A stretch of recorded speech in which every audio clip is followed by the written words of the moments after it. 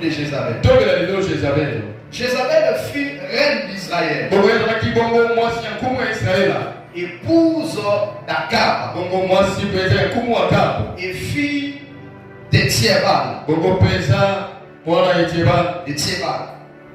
Son nom en hébreu est généralement associé à l'idée de Baal et l'époux. Baal et l'époux. En hébreu, on associe souvent son nom à Baal et l'époux. En quelque sorte pour dire que Baal est son époux. Baal était une divinité païenne, une divinité étrangère que plusieurs adoraient. Et le nom de Jézabel déjà, rien que par sa signification, nous montre déjà qu'est-ce qu'elle incarnait réellement. C'est qu'elle incarnait réellement. Donc son nom était généralement sur sa idée de Baal et d'époux ou l'impudique. Alléluia. Ou l'impudique. Dans la tradition chrétienne, elle est aussi devenue le symbole de l'impudicité, de l'idolâtrie et de la séduction spirituelle. Quand on parle de Jézabel, dans la tradition chrétienne, Jézabel symbolise très souvent l'impudicité, l'idolâtrie, la séduction spirituelle. Jézabel représente un esprit d'immoralité ou de perfection sexuelle.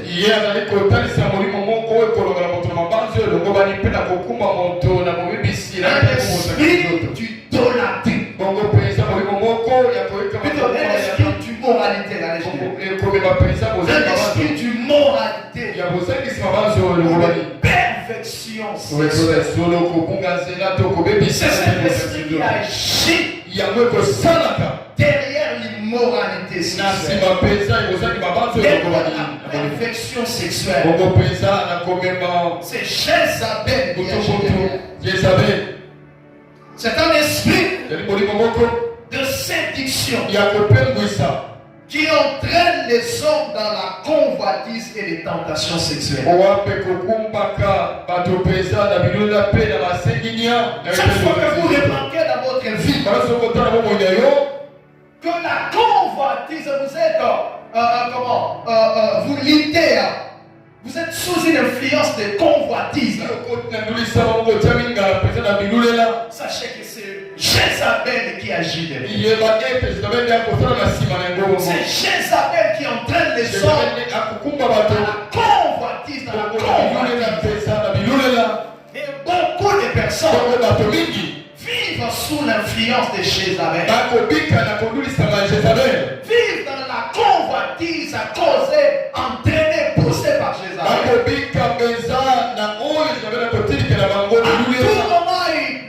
Chaque fois qu'ils voient un homme, ils voient une femme, ils pensent toujours à des relations intimes dans leurs pensées. C'est Jézabel qui entraîne les hommes dans les tentations sexuelles, qui attire vers un homme, qui attire vers une femme, qui n'est pas ta femme, qui n'est pas ton mari. Dès lors que tu la vois, tu te vois, tu te sens attiré, tu te sens pipé, tu te sens sollicité. Il y a une pensée, il y a comme une force d'attraction qui t'attire vers elle, qui t'attire vers elle. C'est Jézabel qui est derrière le tentation sexuelle, qui est derrière la convoitise des yeux de la chair. Et je me souviens à une époque de ma vie, Jézabel agissait fortement. Quelques jours, quelques mois de ma conversion, je ne comprenais pas tout le temps j'avais des mauvaises pensées, où je sois, chaque fois que je voyais une femme, j'ai pensé toujours mal. Et je n'étais pas heureux. Je disais, Seigneur, mais qu'est-ce qui ne va pas? Je suis devenu chrétien. Mais comment autant de pensées? Comment j'ai tel genre de pensées? Où je sois, c'était bizarre. Ça me rendait la vie amère. Je n'étais pas heureux. Jusqu'à ce que j'ai commencé à prier. J'ai commencé à prendre l'autorité contre cet esprit. J'ai chassé cet esprit. Parce que déjà je ne voulais pas de ça. J'ai rien poussé cet esprit dans la prière.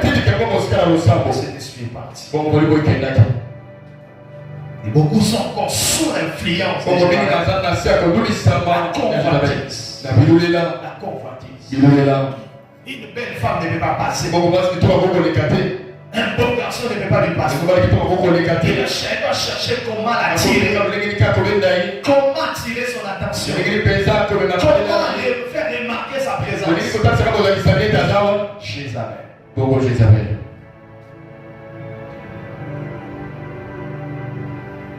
Il combat la pureté et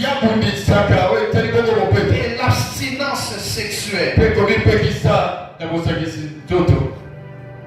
C'est un esprit qui combat la pureté, qui n'aime pas ce que les hommes, les chrétiens, se gardent purs.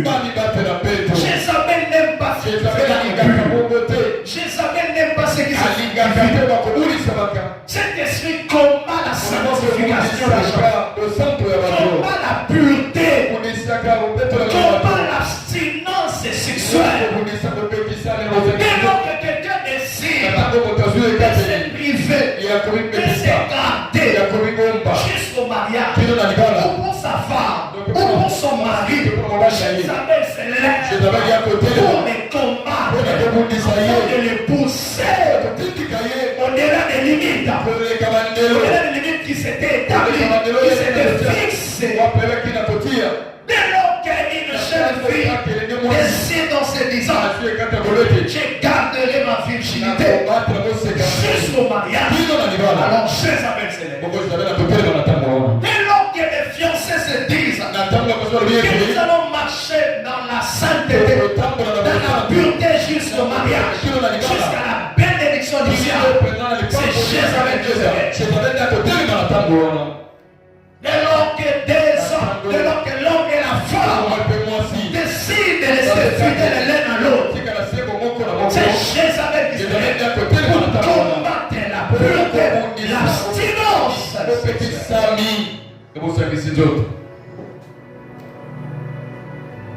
Il pousse à la sexualité hors du cadre voulu par Dieu. Il favorise toutes sortes de pratiques sexuelles illicites. C'est Jézabel qui pousse les hommes dans la sexualité hors du cadre voulu par Dieu. Et le seul cadre voulu prévu par Dieu pour la sexualité, c'est le mariage. Et le diable, par l'esprit de Jézabel, vient parfois par des faux raisonnements. Il ressort. Tu ne dois pas attendre les mariages. Tu ne dois pas attendre les mariages. Sinon tu tomberas malade. Sinon tu tomberas malade. Sinon tu n'auras pas d'expérience. Tu n'auras pas de l'expérience. Sinon tu risqueras d'avoir des problèmes, des maladies, des complications.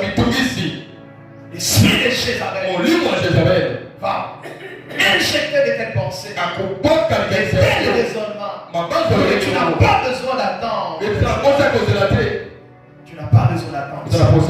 Il va pousser même dans la pratique, dans les pratiques sexuelles illicites, dans la masturbation, dans la pornographie, dans la prostitution, dans l'inceste, dans l'adultère, dans tout ce qui est interdit, prohibé.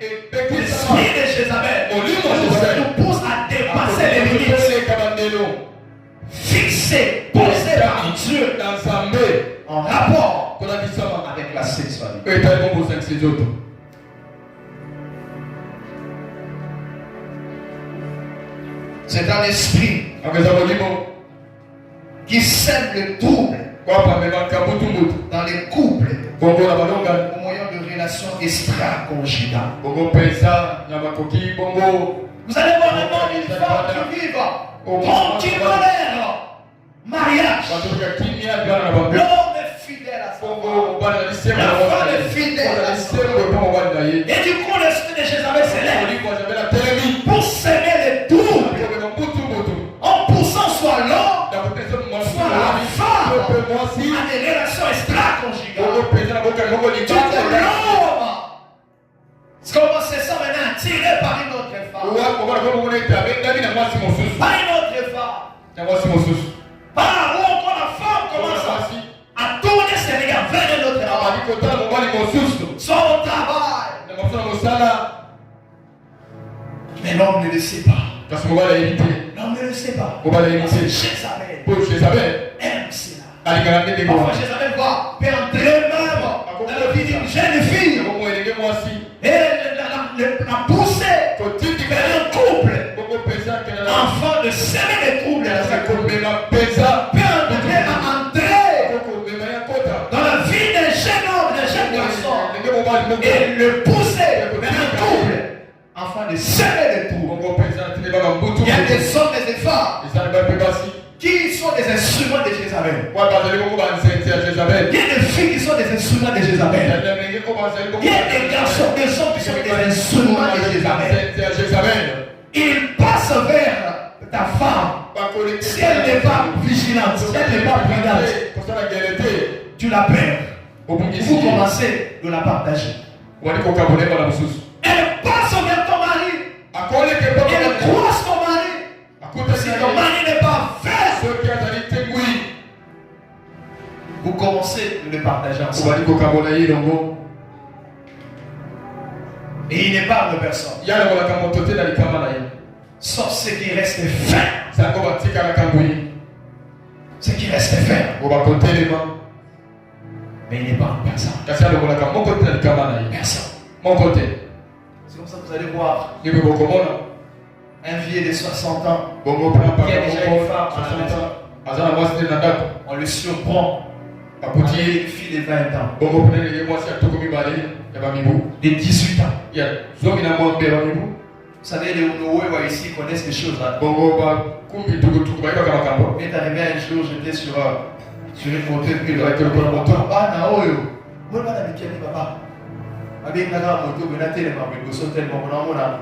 papa mon quoi, 70 ans.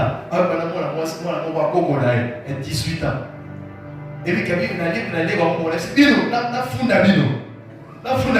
oh non, tout ça. Oh papa dit non, papa n'a pas parlé, tout ça. Et puis, a dit au mébaï, papa c'est 20 000 francs, mais la boîte lève 20 000 francs. Encore, il se notait dans le fond là. Et puis, papa, il faut tout ça là-bas. Eh bien, il faut ça là-bas.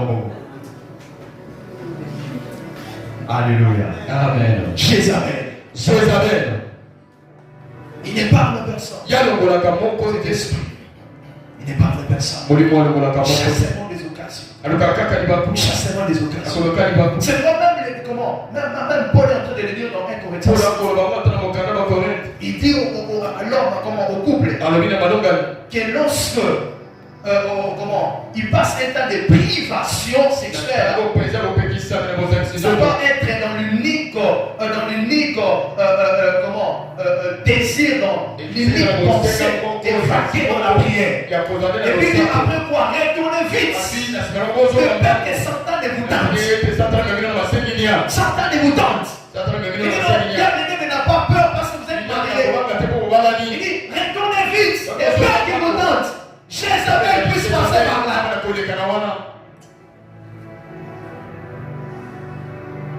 Jézabel n'a pas peur quand tu présentes l'alliance. Il n'a pas peur de l'alliance. Il a peur de ta fermeté. Alléluia. Acclamons le Seigneur.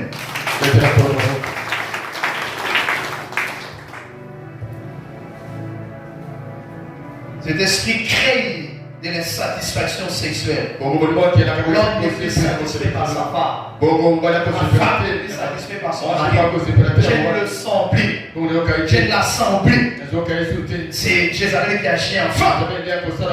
Que l'homme aille ailleurs. La femme aille ailleurs. Cet esprit détruit l'attirance entre les époux. Où l'homme commence à voir sa femme comme sa sœur. La femme commence à voir son mari comme son frère. Il commence à vivre comme des frères et sœurs. L'homme ne se sent plus attiré par sa femme. La femme ne se sent plus attirée par son mari. Beaucoup de couples vivent comme ça. Vous le père vivre sous un même toit, mais ils ne sont plus attirés l'un vers l'autre. Ils sont là comme si il y a un allergie. Ça c'est Jézabel qui fait des télévisions. Et quand tu n'es plus attiré vers ta femme, il va maintenant commencer à t'attirer vers une autre femme, t'attirer vers une autre femme. Quand tu regardes de telles choses, il faut la voir à l'autre. Je me sens plus attiré vers toi. Je ne suis pas satisfait par toi. Et ensemble de prier. Les pasteurs qui ont prié pour vous. Sinon, vous devenez une proie de Jézabel. Alléluia. Cet esprit favorise les conflits pouvant conduire au divorce. Jézabel n'aime pas que les gens restent ensemble. Jézabel n'aime pas des couples qui durent. Jézabel n'aime pas des couples qui mènent une vie épanouie. Jézabel aime que le couple soit en conflit. Jézabel aime à ce que le couple n'ait pas de paix. Tout le temps qu'il y ait des tours dans le tout le temps qu'il y ait des choses au bout. Tout le temps. Jézabel aime ça. Il y a des troubles. Quand c'est une semaine en paix, une semaine en trouble, Jézabel danse. Et maintenant, reine à la maison. Et c'est lui qui favorise cet esprit de conflit qui peut amener au divorce. Parce qu'il sait que quand il y a divorce, alors c'est une ouverture pour lui d'attirer, de pousser, d'appeler l'homme ou la femme à une vie impureté. Parce que l'homme ou la femme peut-être ne sera pas toujours tenir pendant ces temps-là. Alors on va mieux la voir. C'est pourquoi dans les couples on doit toujours avoir le discernement.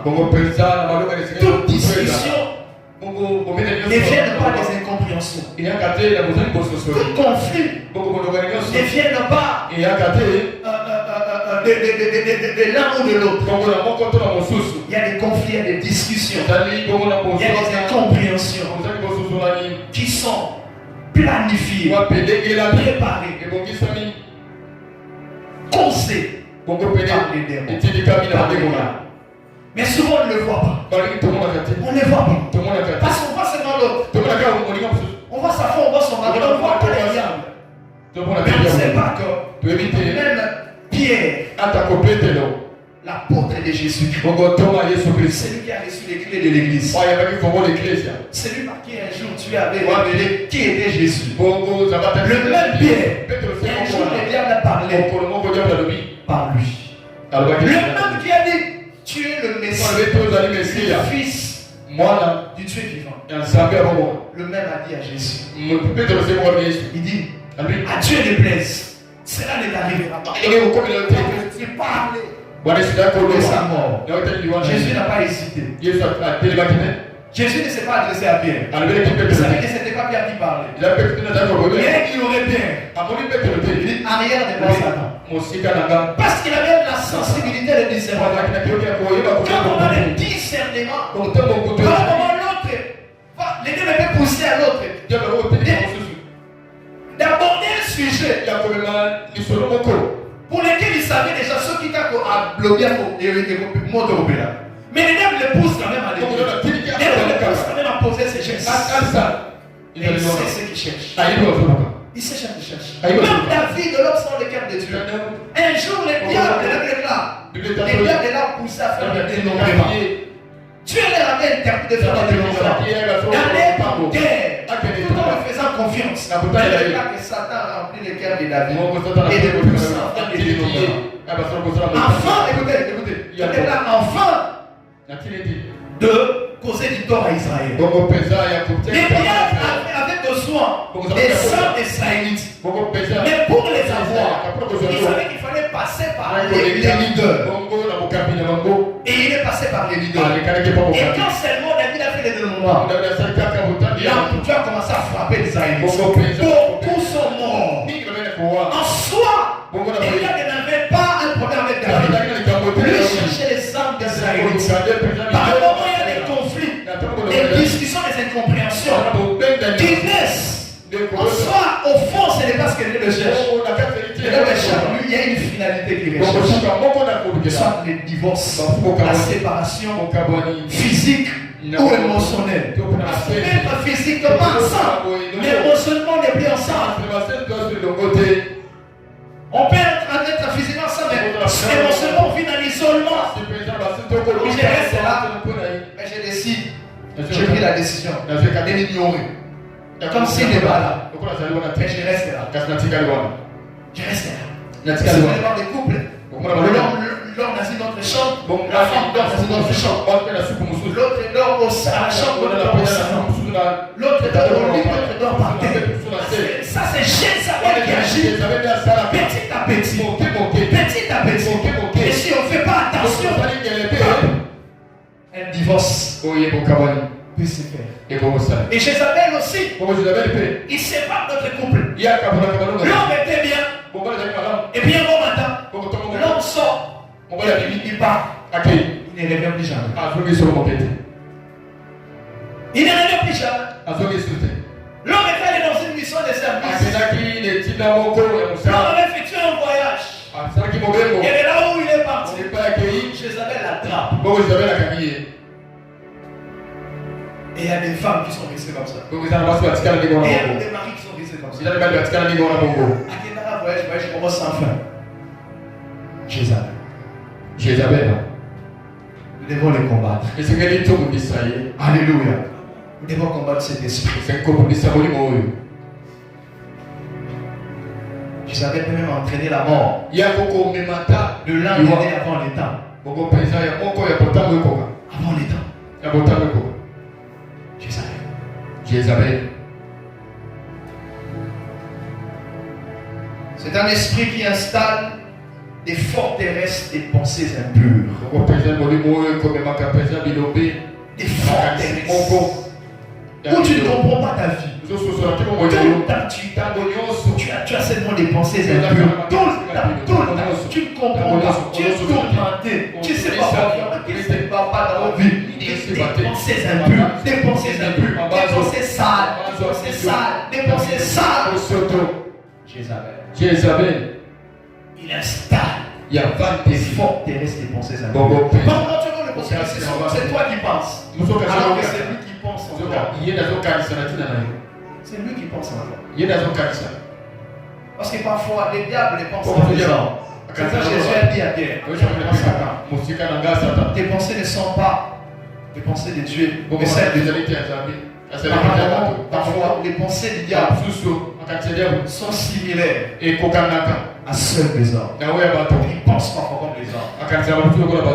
Il nous impose parfois ces pensées. Et dès lors qu'on les accepte, les mal commencent.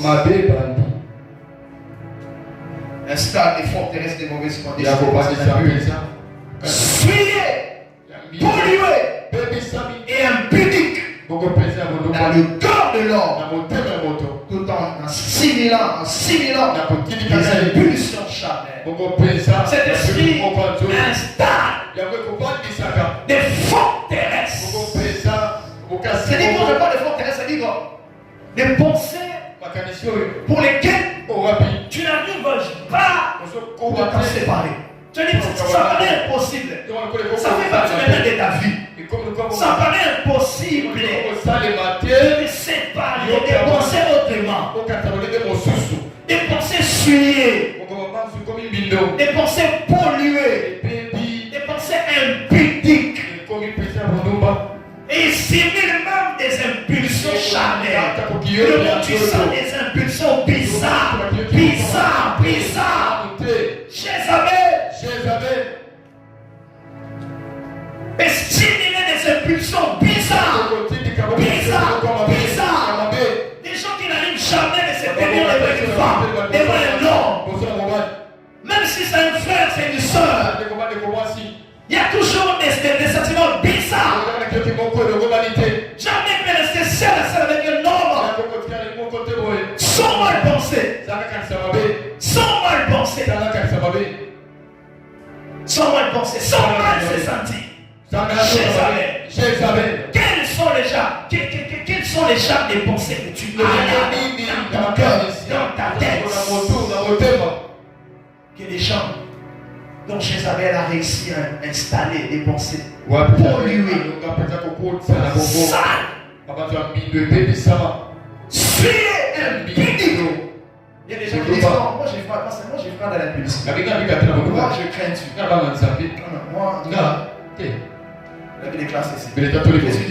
Celui qui regarde une femme pour la convoiter a déjà commis. Il est péché avec elle. L'impudicité, ce n'est pas seulement l'acte, même les pensées.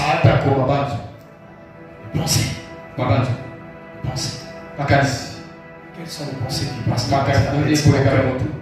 Est-ce que tes pensées sont-elles pures? Tu poses toujours sur polluer.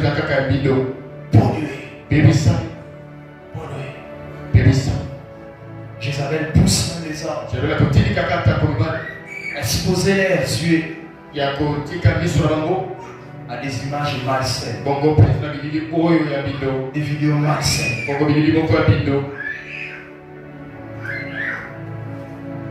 Derrière chaque vidéo, chaque image malsaine, il y a Jézabel. C'est quand depuis le jour où tu as exposé tes regards, tes yeux sur cette image, sur cette vidéo, c'est resté collé encore. Ça n'arrive pas à te quitter. Ça fait des années que je n'étais pas pasteur. Jézabel. Je suis tombé sur un documentaire. Donc je pensais que c'était un simple documentaire. Bizarrement une image. L'état que je puisse zapper. Vous savez que le cerveau, c'est la photographie. Dès lors que tu vois, ça reste. Le cerveau a une photographie. Dès lors que tu as vu, personne n'a levé ce que tu as vu. Ça reste. C'est pas beaucoup vous êtes tentés par des pensées impures, des désirs impurs. Parce que vous-même vous avez touché au feu, vous avez tenté le diable. Tu ne pars pas dans la zone du diable que tu dis de faire. Tu ne pars pas dans son terrain que tu dis de faire. Vous-même vous êtes entré dans la cage à Lyon. Si vous se retrouvez. Toi-même, quelles sont les choses que tu regardes? Et puis c'était resté. Ça fait des jours, j'ai lutté avec. Non, le canal de Manamou est boyi. Tu fermes les yeux, tu vois ça. Tu fermes les yeux, tu vois ça. Quand tu pries, ils sont guéris. Oh, tu dis, Seigneur, c'est quoi? Seigneur, c'est quoi? Tu fermes les yeux, ils sont guéris. Oh, téléphone l'amour, ils sont guéris. Oh, c'est quoi? Il essaie de se m'inspirer à faire une prière. 151. J'ai répété ça comme une répétition. Tu fais ça pour la répétition. Crée-moi un cœur pur. Renouvelle à moi un esprit bien disposé. Qu'un esprit de bonne volonté. J'ai répété. Il y avait un nettoyage spirituel. C'était parti. Il y a des gens, ils doivent essayer que il ne vous aura pas deux fois. La seule fois où il a l'occasion de t'avoir, il faut que vous puissiez. Il doit en finir avec toi. C'est moi ne dis pas que non. Je vais essayer ceci. Je vais essayer cela. Je demanderai pardon à Dieu. Il y a des gens qui viennent essayer que yo, en soi deux fois. Yo soit sur Gamba, pour vous faire assez aussi la nana. Aussi la nana. C'est-à-dire que